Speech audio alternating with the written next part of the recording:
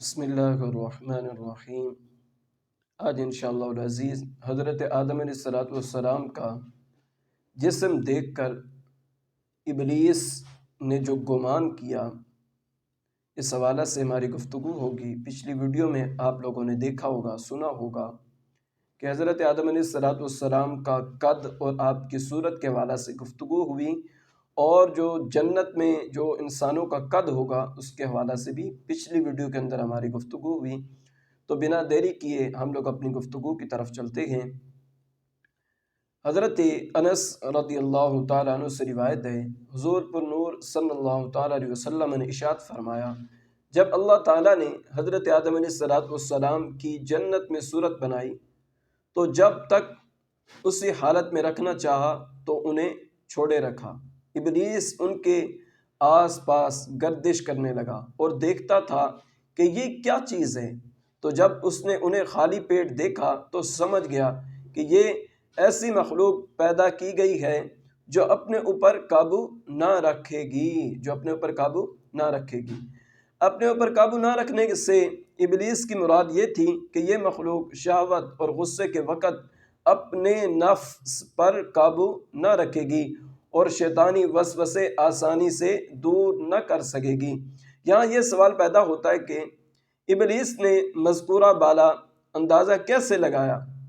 یا تو اس کا جواب یہ ہے کہ ابلیس چونکہ بہت بڑا عالم تھا، اس لیے وہ تخلیق کے حکمتوں اور سبب و مسبب میں ارتباط کا علم رکھتا تھا۔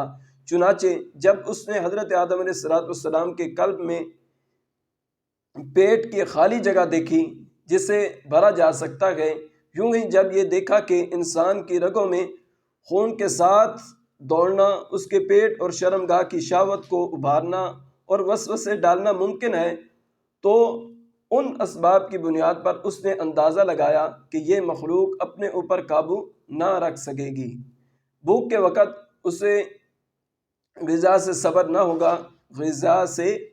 ہوگا، غصے اور شہوت کے وقت نفس کو دبانے پر قدرت نہ ہوگی، اور خود سے وسوسے دور کرنا بھی اس کے لیے بے حد دشوار ہوگا۔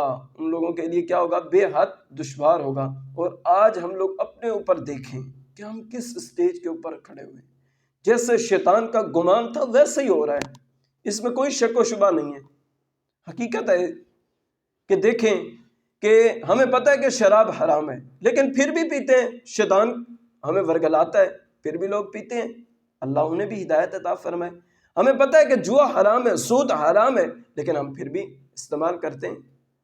پتہ ہے کہ یہ برے کام ہے، یہ شیطانی کام ہے، رب نے ان سے منع فرمایا، پھر بھی ہم لوگ کیا کرتے ہیں؟ یہ کام کرتے ہیں۔ تو خدا را خود بھی بچیں اور اپنے دوسرے مسلمان بھائیوں بہنوں عورتوں کو بھی اس سے بچائیں، کیونکہ میرا کسی کے اوپر تنقید کرنا نہیں ہے۔ اللہ رب العزت نے ارشاد فرمایا، وَلِلَّهِ الْعِزَّةُ وَلِرَسُولِهِ وَلِلْمُؤْمِنِينَ۔ عزت جو ہے اللہ کے لیے ہے اور اس کے صدقے اس کے رسول کے لیے ہے، اور نبی علیہ السلام کے صدقہ سے تمام مسلمانوں کے لیے، ایمان والوں کے لیے۔